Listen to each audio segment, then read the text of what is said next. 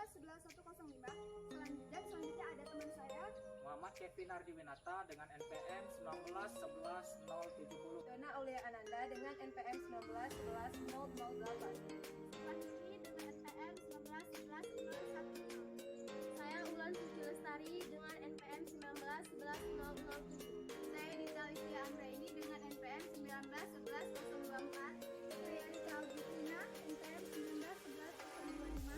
Dan saya Priya Andriani dengan NPM 1911009. Pengertian manajemen persediaan, yaitu segala sesuatu atau sumber daya organisasi yang disimpan dalam antisipasinya terhadap penggunaan permintaan, atau juga bisa disebut sebagai sekumpulan produk fisikal pada berbagai tahap proses transformasi dari bahan mentah ke barang dalam proses dan kemudian barang jadi, yang meliputi persediaan bahan mentah, persediaan barang dalam proses, persediaan barang jadi atau produk akhir, persediaan barang pembantu atau pelengkap, persediaan komponen-komponen lain yang menjadi bagian keluaran produk perusahaan, uang, ruang fisik atau pembangunan, peralatan, dan juga tenaga kerja. Selanjutnya, ada juga fungsi pengendalian dari persediaan dibagi menjadi 4. Yang pertama sebagai proses produksi, sehingga proses operasi dapat berjalan terus. Kedua, menetapkan banyaknya barang yang harus disimpan sebagai sumber daya agar tetap ada. Ketiga, sebagai pengganggu inflasi. Dan yang keempat, menghindari kekurangan atau kelebihan bahan. Adapun biaya-biaya dalam persediaan, yang pertama ada biaya penyimpanan yang disebut juga dengan holding cost, kemudian yang kedua ada biaya pemesanan disebut juga dengan order cost, kemudian yang ketiga ada biaya persiapan yang disebut juga dengan setup cost, kemudian yang keempat ada biaya kehabisan atau kekurangan bahan disebut juga dengan shortage cost. Adapun biaya-biaya penyimpanan, biaya fasilitas-fasilitas penyimpanan, contohnya seperti pemanasan, pendingin, penerangan, dan lain-lain. Kemudian ada biaya modal, kemudian ada biaya keusangan, biaya perhitungan fisik, biaya asuransi, biaya pajak persediaan, dan biaya pencurian atau kerusakan, dan yang terakhir ada biaya penanganan persediaan. Biaya pemesanan atau ordering cost. Biaya ini mencakup biaya-biaya antara lain. Yang pertama, biaya pemrosesan pesanan dan biaya ekspedisi. Yang kedua, upah. Yang ketiga, biaya telepon. Yang keempat, pengeluaran surat menyurat. Yang kelima, biaya pengepakan dan penimbangan. Yang keenam, biaya pemeriksaan dan penerimaan. Yang ketujuh, biaya pengiriman ke gudang. Yang kedelapan, biaya hutang lancar dan biaya-biaya pemesanan lainnya. Biaya persiapan atau setup cost. Biaya ini mencakup biaya-biaya antara lain. Yang pertama, biaya mesin-mesin penganggur. Yang kedua, biaya persiapan tenaga kerja langsung. Yang ketiga, biaya scheduling atau penjadwalan.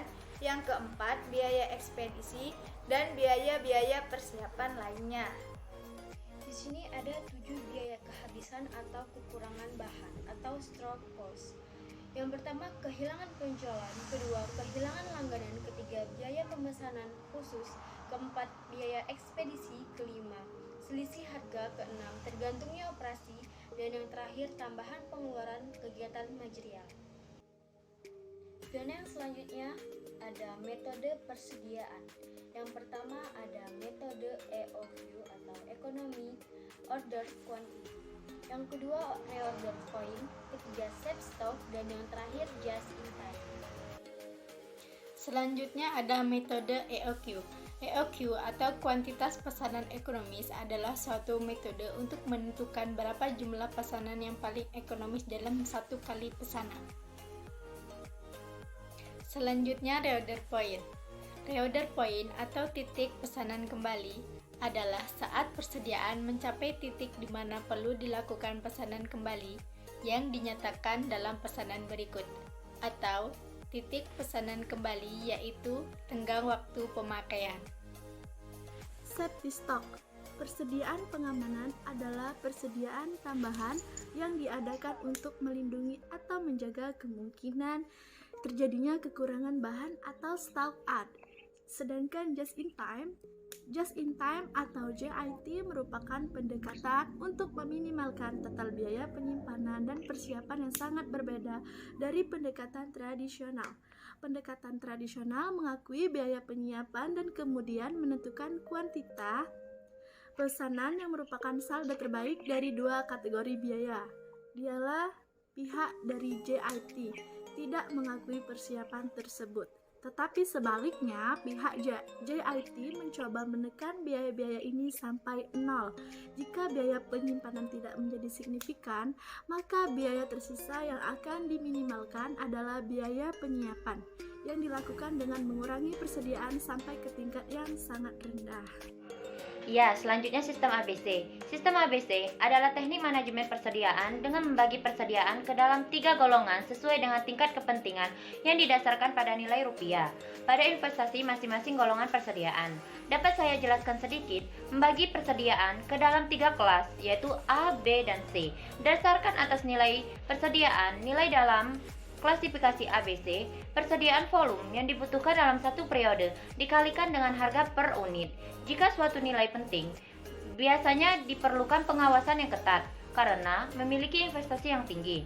Kriteria klasifikasi ABC terbagi menjadi A, B, dan C. Pertama, kelas A. Persediaan yang memiliki nilai volume tahunan rupiah yang tinggi sekitar 70% dari total nilai persediaan, tetapi disediakan hanya sekitar 20% dari seluruh persediaan item. Kelas B, persediaan dengan volume tahunan rupiah, yaitu 20% dari total nilai persediaan dan 30% dari seluruh persediaan. Kelas C, persediaan dengan volume tahunan rupiah yaitu 10% dari total nilai persediaan, tetapi terdiri dari sekitar 50% dari seluruh persediaan item.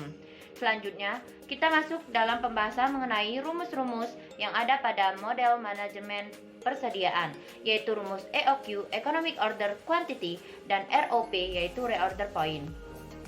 Pada rumus EOQ, Economic Order Quantity, terdapat rumus EOQ sama dengan akar dari 2 kali S kali D per H, di mana S biaya pesan atau order, dan D yaitu persediaan atau kebutuhan, H biaya simpan. Sedangkan ROP yaitu Reorder Point, yaitu titik di mana suatu pemesanan harus dilakukan. Rumusnya yaitu Reorder Point sama dengan LT dikali AU ditambah SS. Keterangannya yaitu LT lead time, AU average usage atau pemakaian rata-rata, sedangkan SS yaitu safety stock. Hubungan biaya pesan dan biaya simpan. Ini gambaran secara grafis yang menunjukkan hubungan antara biaya simpan, biaya pesan, dan jumlah barang yang dipesan dalam setiap kali pemesanan.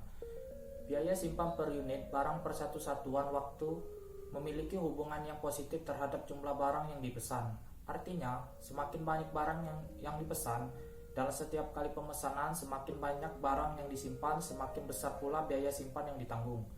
Sebaliknya, biaya pemesanan setiap kali pesan memiliki hubungan yang negatif terhadap jumlah barang yang dipesan. Artinya, semakin banyak barang yang dipesan dalam setiap kali pemesanan, semakin kecil frekuensi pembelian, semakin rendah pula biaya pemesan yang harus ditanggung perusahaan. Dengan kata lain, bahwa biaya pesan memiliki hubungan yang positif terhadap frekuensi pemesanan. Asumsi EOQ.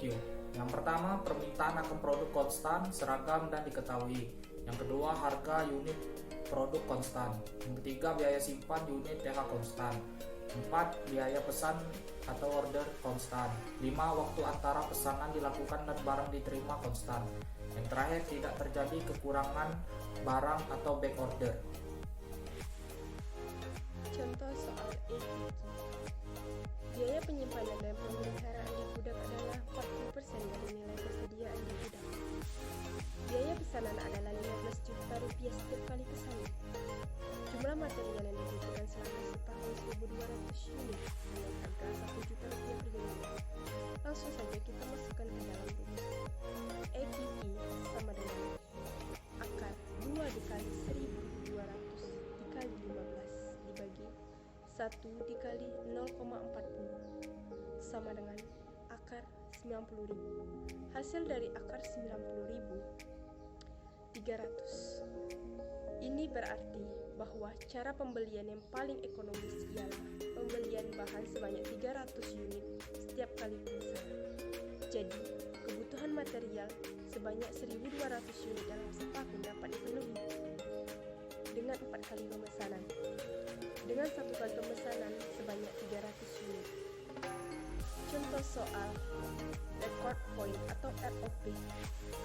Rumus ROP sama dengan kebutuhan harian dikali masa tunggu, atau D dibagi jumlah hari kerja dikali masa tunggu.